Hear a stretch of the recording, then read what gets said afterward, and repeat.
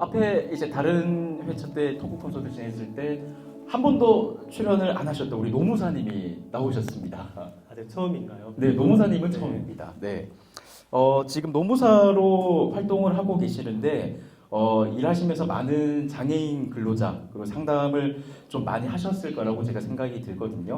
우리 장애인 근로자분들께서 좀 어떤 다양한 문제점을 겪고 계시는지를 좀 소개를 해주시면 좋을 것 같습니다. 아, 네, 일단 조금 정정을 드리고 싶은 거는 제가 부산 경남에서 온 것은 아니고요. 네네네. 대구입니다, 대구. 네네. 제 대구 경북에서 활동하고 있어가지고 네네네. 한번 말씀을 드리고요. 실은 이제 장애인 근로자분들은 실은 비장애인 분들하고 비교했을 때 아무래도 고용률이 굉장히 낮아요. 그렇다 보니 저희에게 오시는 분들 수도 실은 많진 않은 게 사실입니다. 그래서 많다면 많을 수도 있고 또 적다면 적을 수가 있는데 제가 최근에 이제 그 상담을 했던 것 중에 하나는 부당해고 건이었어요. 이제 뭐였냐면 그분은 이제 신체 장애가 있으셨던 분인데 네. 이거는 이제 뭐 장애인 비장애인 똑같거든요. 예로 1년이 지나면 퇴직금이 발생을 하고요. 아시는 것처럼. 그리고 2년이 지나게 되면 5인 이상 사업장 같은 경우에는 정규직으로 전환이 됩니다. 그런데 이분 같은 경우에는 큰 기업에 입사를 하실 때 장애인 특혜를 받으셨던 분이세요. 이제 장려를 받으셔가지고 입사를 하셨는데 2년이 되는 시점에 기간 만료로 이제 퇴사 처리가 된 거예요. 근데 이분 입장에서는 면접을 볼 때는 2년 또는 3년, 4년 계속 근무를 할 수 있다라는 약속을 들으셨는데 2년이 지났다고 해서 이제 더 이상 안 돼, 정규직 전환 안 돼라고 하니까 그것 때문에 이제 문제를 겪으시고 찾아오셨던 기억이 납니다.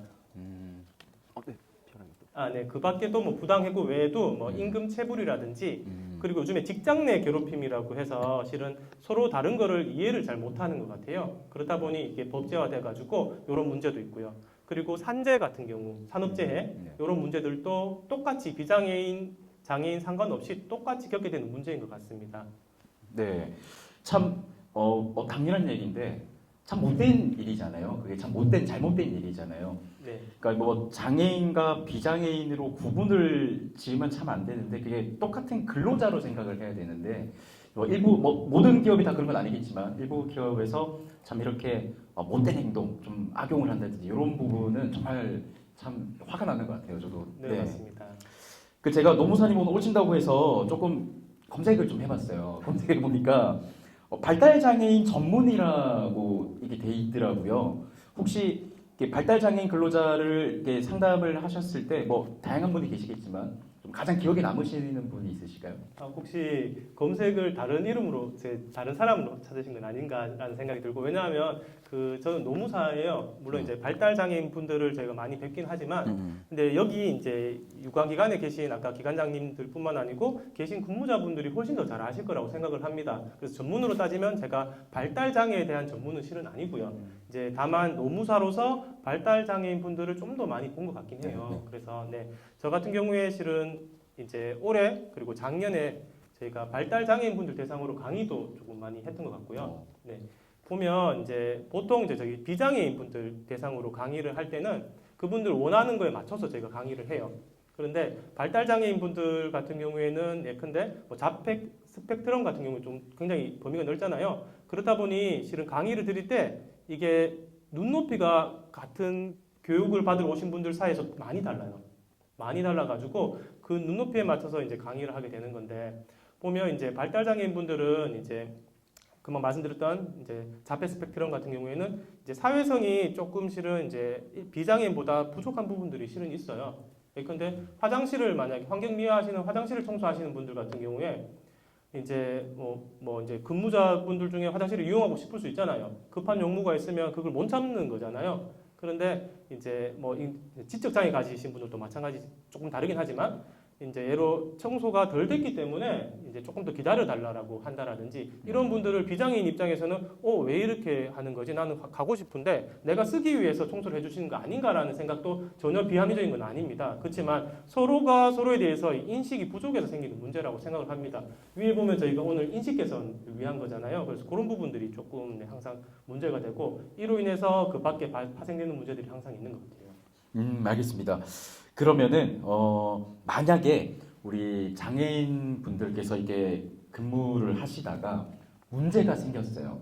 문제가 생기면은 뭐 우리 비장애인 분들도 아 이거 어떻게 해야 되지 하고 좀 난감해할 수 있는데 장애인 근로자분들은 더 그럴 거라고 또 생각이 들거든요. 겁을 또 먹을 수도 있고요. 자, 그런 문제가 생겼을 때는 우리가 정확하게 좀 어떻게 대처를 하는 게 좋을까요? 말씀 주신 것처럼 이제 비장애인, 장애인 상관없이 똑같이 발생할 수 있는 문제는 맞습니다. 다만 이제 장애를 가지신 분들 같은 경우에 특정 이제 장애의 경우에는 자기 권리를 주장하지 못하는 경우가 실은 많아요. 그래서 보호자가 많이 이제 필요하신 경우도 있고요. 그래서 실은 얼마 전에 이제 제가 사례를 드리는 게 좀 좋을 것 같아서 말씀을 드리면 최저임금 적용 제외가 됩니다. 장애인분들은 그렇다고 해서 모두가 되는 거 아니에요. 노동부 장관의 인가를 받으면 되는 겁니다. 근데 어떤 사업장에서 급여를 최저임금을 줘요. 제가 볼 때는 지급 총액은 줍니다. 그런데 이상하게 왜 이제 공제 내역이라고 있어요. 뭐 소득세를 떼고 근로소득세를 떼고 뭐 4대 보험료를 또 공제를 합니다. 원전 징수, 원전 공제라고 하는데 거기에 장애인 공제라는 것을 이상한 걸 만들어서 빼고 있는 거예요. 이거는 말이 안 되는 거거든요. 어떻게 보면은 사업장에서 장애인을 고용을 하면 요즘에는 고용 지원금을 줍니다. 경증에서 중증 사이에서 또 남성, 여성 사이에서 35만 원에서 90만 원까지 줍니다. 그런데 장애인이라는 이유로 이거를 공제를 해서 예컨대 지금 올해 기준으로 8시간 하루에 일을 하시면 201만 580원입니다. 최저 월액입니다. 그런데 150만 원을 빼고 주는 사업장 말이 안 되는 거잖아요. 그죠? 그런데 이러한 문제를 맞닥뜨렸을 때 이거에 대해서 모르면 대응을 못 하는 거예요. 뭔가 문제의식이 생기게 되면 이걸 시그널로 잡으셔가지고 적극적인 권리를 주장을 하실 필요가 있습니다.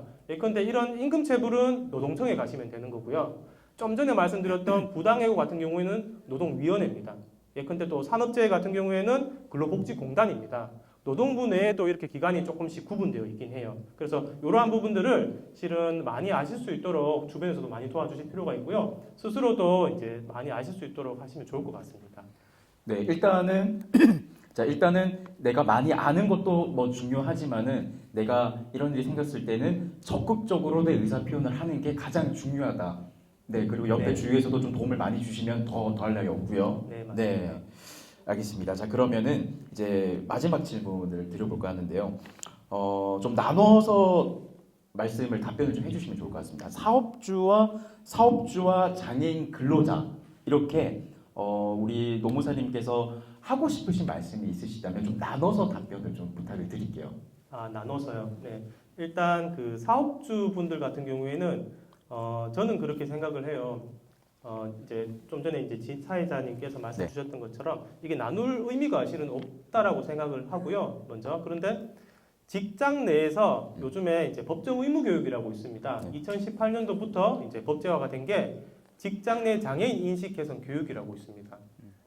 사업장에서 지금 이 토크 콘서트 위에 이제 부제인 것처럼 인식 개선하는 게 필요하거든요. 그런데 사업주부터 일단 그러한 마인드를 가지는 게 중요하다고 생각을 하고요. 그리고 이제 저보다 훨씬 더 잘 아시겠지만 저는 노무사로서 그냥 제가 부족하게 알고 있는 지식으로는 그 장애인 차별 금지법이라고 있잖아요. 보통 이제 뭐 비장애인 분들, 주변에 장애인이 없으신 분들 같은 경우에는 제가 그랬으니까요. 보통 생각하는 게 장애인을 차별하지 말자라는 거구나라고 생각할 수 있지만 제가 직장 내 장애인 인식 개선 교육을 2018년도에 처음 이제 강사 양성을 받으면서 제가 그때 처음 느꼈던 게 돈을 들여서라도 장애인이 차별받지 않는 인프라를 만드는 것이 중요하구나라는 생각을 그때 했었던 것 같아요.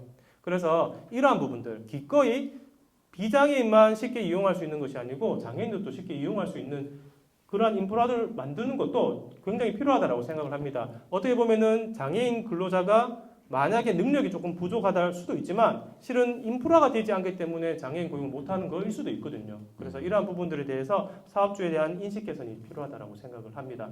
그리고 아까 나눠서라고 말씀을 주셨는데 실은 나눈다라기보다는 이제 저는 이제 그렇게 생각을 해요. 사업주, 장애인 근로자 또는 비장애인 근로자 할 거 없이 지금 더불어 사는 사회인 거잖아요. 그래서 이 구분 없이 서로가 이제 이렇게 굳이 이분법적으로 나누지 않는 그러한 거에 대해서 장애인 분들께서도 당연히 이제 그런 생각을 하시면 좋을 것 같고 또 비장애인도 마찬가지입니다. 뭐 공식적으로는 사회자 선생님도 실은 비장애인이신 이신가요? 네.